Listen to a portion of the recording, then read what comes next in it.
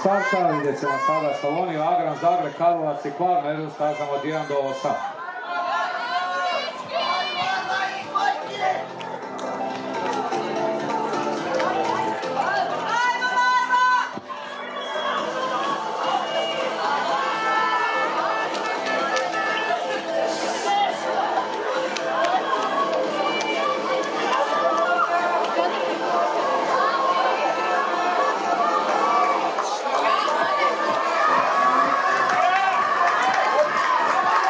Izjednačena borba.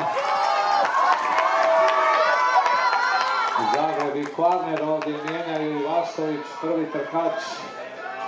Mijenja tu sad i Kvarner, mijenja Agran, Zagreb, druga štafeta, mijenja Slavonija.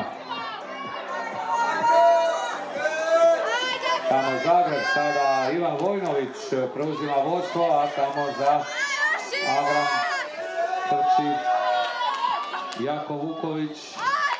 A Zagreb 2. Vuković tamo čini se dostiže štafetu Zagreba Ivana Vojnovića koji je trčao 800 metara.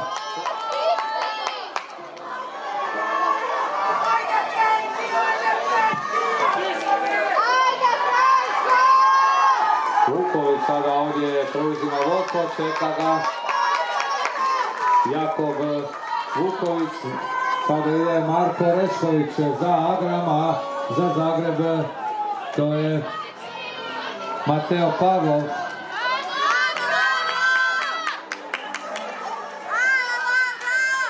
I tamo vidite za Slavoniju najkorisniji trkač 2 dana Lovro Nedeljković, jučer 2 discipline, danas 3, dakle Stipl 5 i 4x400 nezabilježeno još u svjetskoj atletici.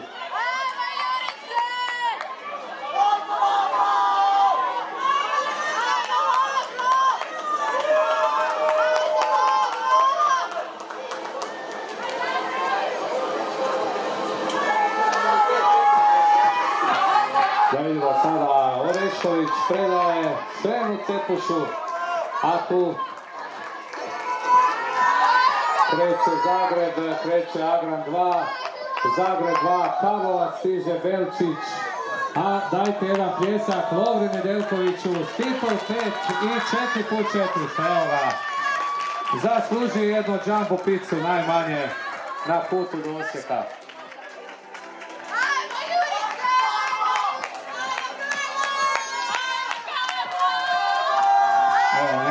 Slavonija 2. Karlo Sala i skakač s botkom će to istrčati, a evo Cepuš hita, vidjet ćemo samo s kojim rezultatom će pobijediti štafeta Agrama ispred štafete Zagreba.